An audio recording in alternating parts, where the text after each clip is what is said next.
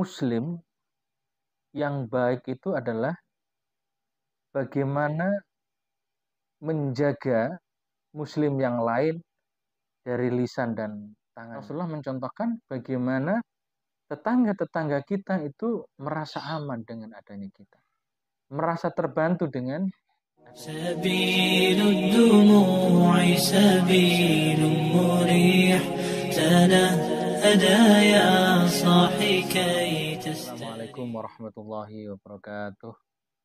Alhamdulillahilladzi arsala rasulahu bil huda wa dinil haqq liyudhhirahu 'ala dini kullih wa kafa billahi syahida. Salatu wassalamu ala habibina wa syafi'ina wa qurrati a'yunina sayyidina Muhammadin wa ala alihi wa sahbihi ajma'in, amma ba'd. Hadirin muhtaramin, para jamaah, sahabat Syafi'i yang dirahmati oleh Allah. Kita bersyukur kepada Allah Subhanahu wa taala masih diberikan kekuatan, diberikan kesempatan oleh Allah untuk diberikan tempat dan waktu untuk melakukan ibadah kepada Allah. Allah memberikan satu kehidupan kepada kita, pasti ada satu keinginan, diharapkan manusia itu untuk melakukan ibadah. Oleh karenanya kita sudah sering sekali mengetahui ayat Al-Quran yang itu memerintahkan kepada manusia untuk beribadah kepada Allah Subhanahu wa taala. Maka oleh karenanya kita harus selalu untuk bagaimana hubungan dengan Allah, yaitulah hubungan vertikal kepada Allah, terus kita lakukan dengan baik. Hubungan horizontal dengan sesama manusia juga kita lakukan dengan baik. Sahabat Syafi'i yang saya hormati, yang saya banggakan dimanapun berada, di dalam pertemuan kali ini saya akan membicarakan tentang yang hubungan horizontal, hubungan manusia dengan sesama manusia. Banyak orang yang merasa dirinya sudah baik, banyak orang yang merasa bahwa ibadahnya sudah sangat maksimal, merasa dirinya yang paling soleh, tapi dia lupa untuk berbuat baik kepada sesama manusia. Dia menjalankan sholat, dia menjalankan puasa, dia menjalankan perintah-perintah Allah, akan tetapi dia lupa untuk bagaimana berbuat baik kepada sesama manusia. Karena dua dimensi manusia di dalam kehidupan ini, ada satu dimensi yaitu dengan hubungannya dengan Allah, yang kedua adalah dimensi hubungan dengan sesama manusia.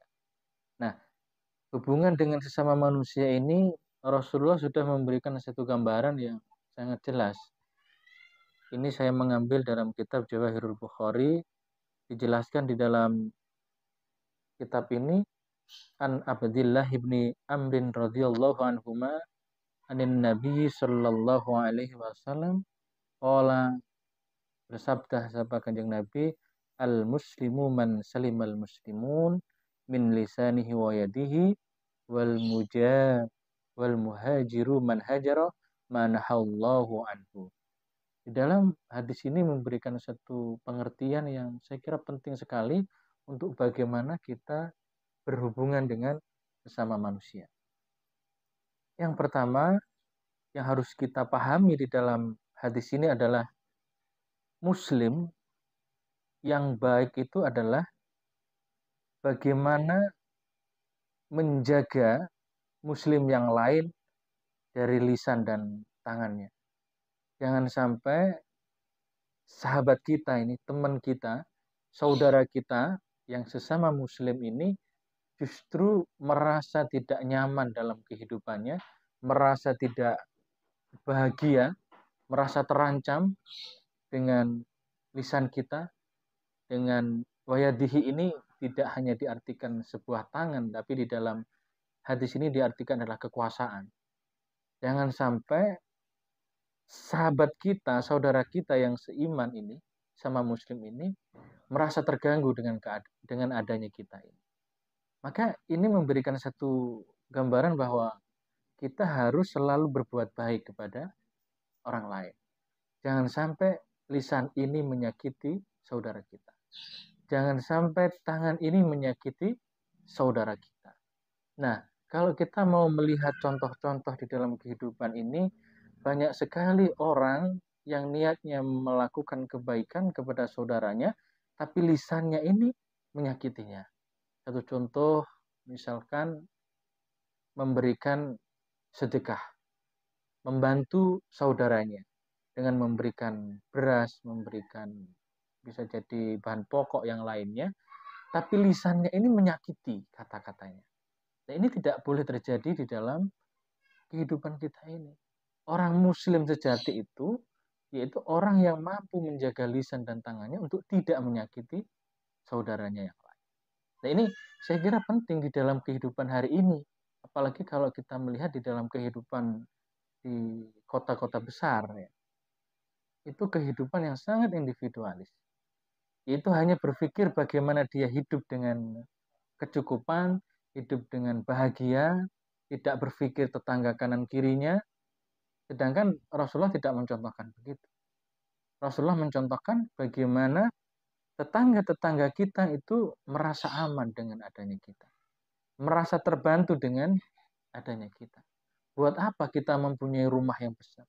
Buat apa kita punya kendaraan yang mewah? Buat apa kita punya uang saldo di rekening besar gitu ya, banyak gitu.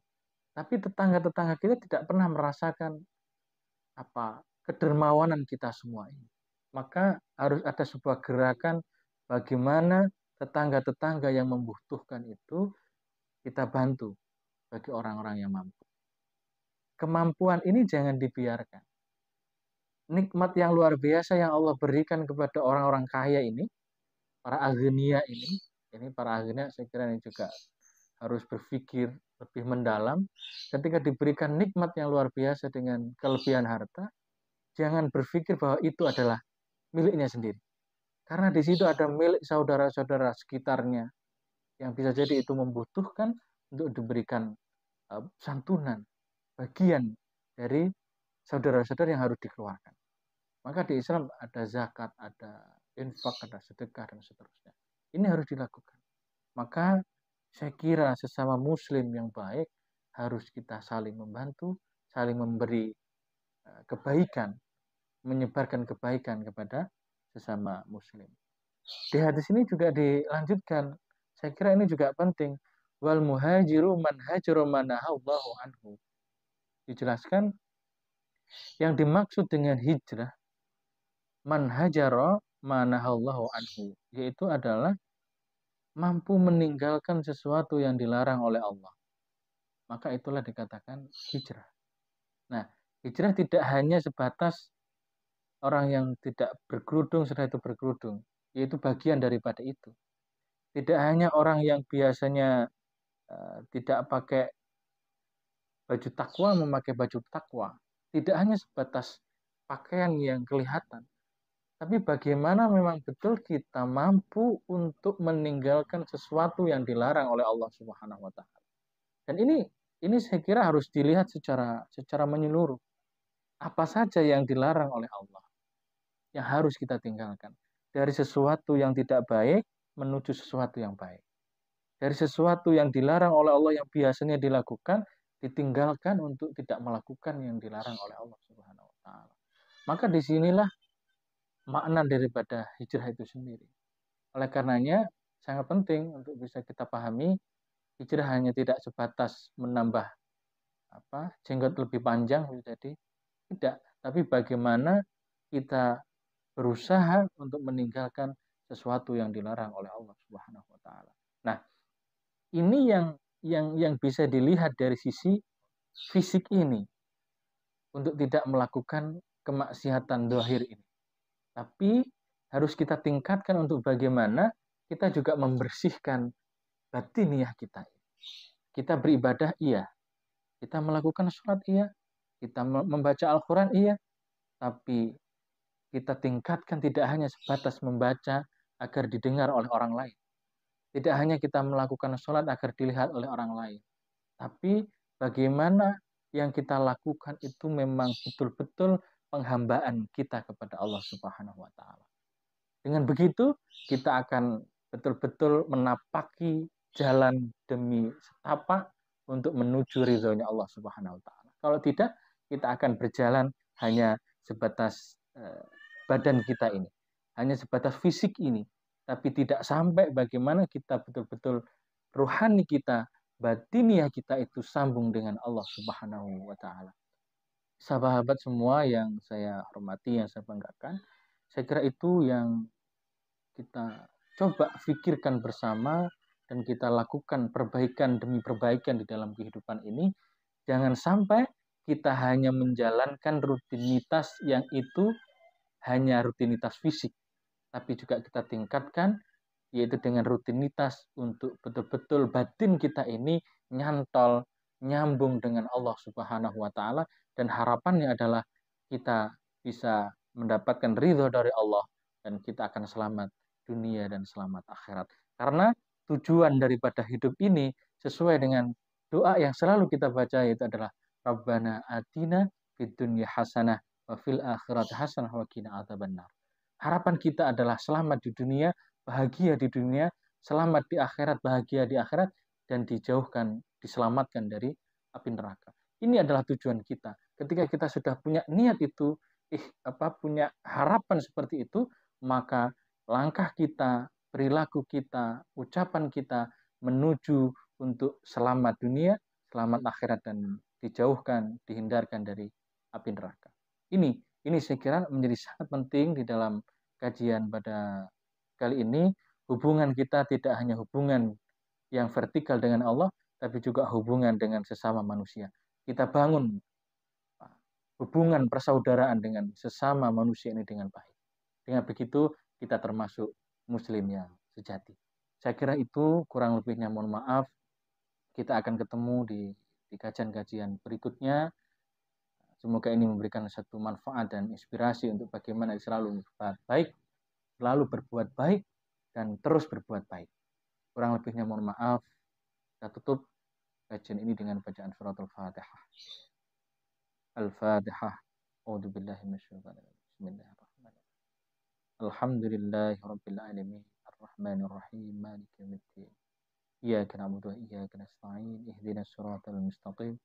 Siratal ladzina an'amta 'alaihim ghairil maghdubi 'alaihim waladdallin. Wallahul muwaffiq ila aqwamit thoriq. Assalamualaikum warahmatullahi wabarakatuh.